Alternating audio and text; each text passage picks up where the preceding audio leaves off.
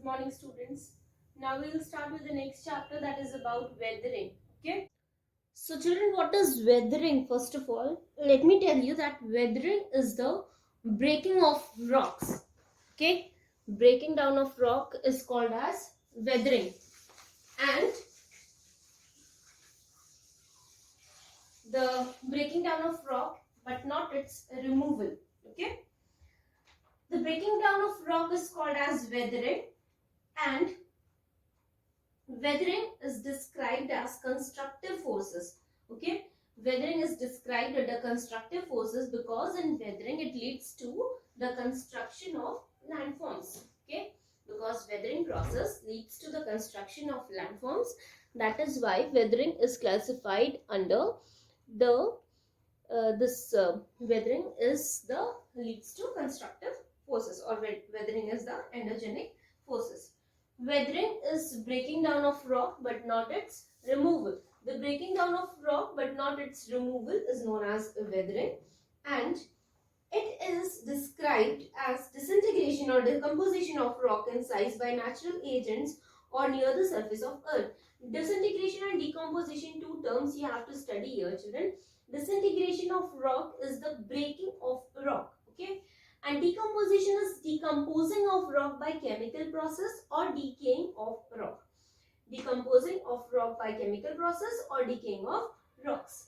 Okay, so weathering is a process of breaking down of rock but not the removal of the rock, and it can be, the weathering can be because of the change in temperature, moisture, precipitation. Okay, there are some characteristics of weathering which is given in your book.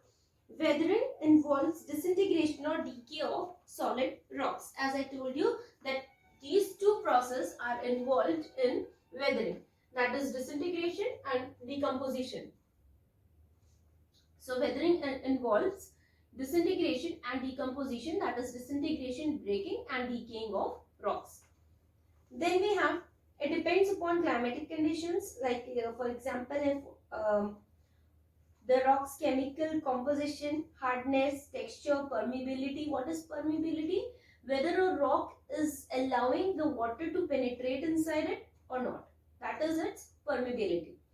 Then, weathering affects the surface of earth. Weathering causes formation of soil. Weathering involves not only one process, but it involves several other processes also. Okay, weathering involves not only one process but several other processes also is involved in weathering. Now, weathering, these we are studying the characteristics of weathering.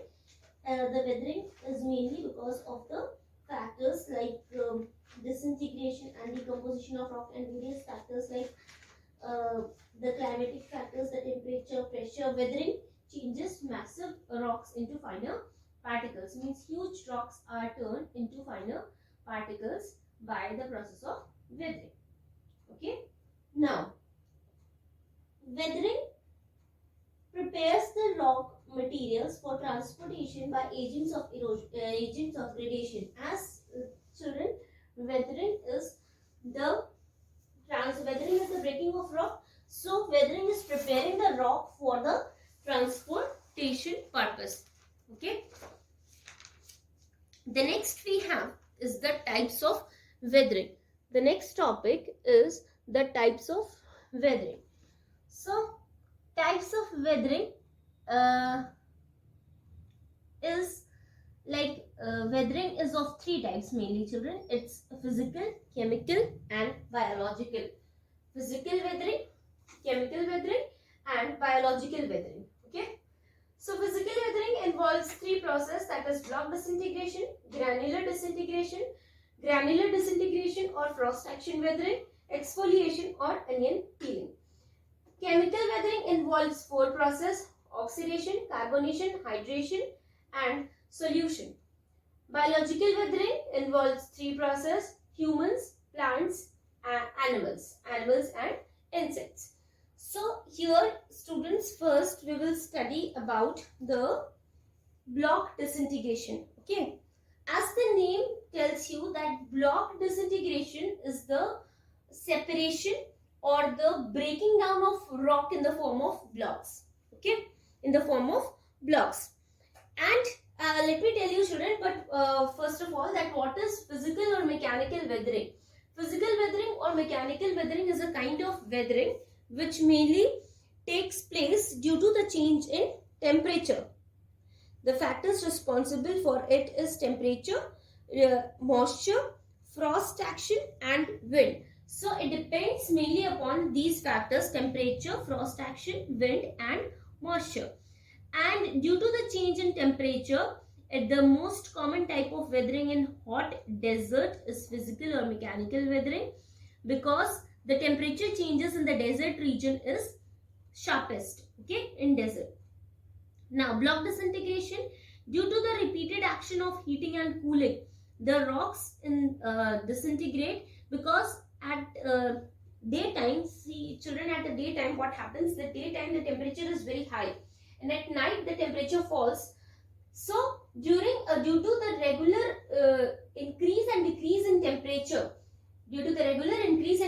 temperature, as the temperature increases, the rocks expand, and as the temperature falls down, the rock contracts, and due to this regular expansion and contraction, it leads to their breakage. So this kind of weathering is the block disintegration. Okay, due to the tension and splitting of the rocks, this is block disintegration. Then we have the next one as granular disintegration. Granular disintegration, children, what is granular disintegration? The breaking of a rock into fine granules or finer particles is granular disintegration. How granular disintegration takes place?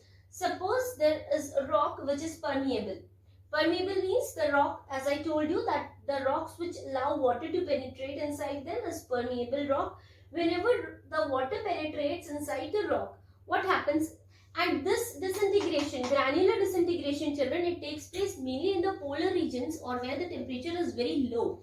Okay, so what happens here is when the water penetrates inside the rock, it freezes. Okay, it freezes, and during the night time it freezes, and during the day when the temperature is somewhat high, what happens? It melts down, and due to the regular expanding, means whenever the water freezes inside the rock, it creates space, and due to this expansion and then melting, due to freezing and melting of the rock